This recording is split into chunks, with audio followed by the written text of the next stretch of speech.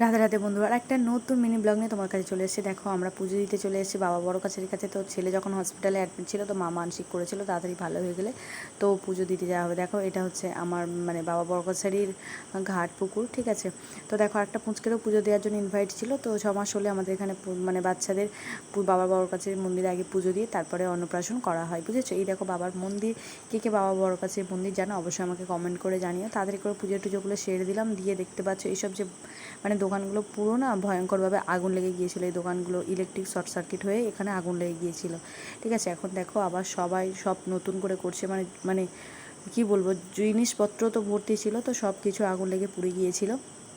তো যাই হোক, সকাল থেকে আমরা উপোস করেছিলাম, সেই জন্য একটু খাবার খেয়ে নিলাম। রৌমুর সকাল থেকে খিদে পাচ্ছে করছিল।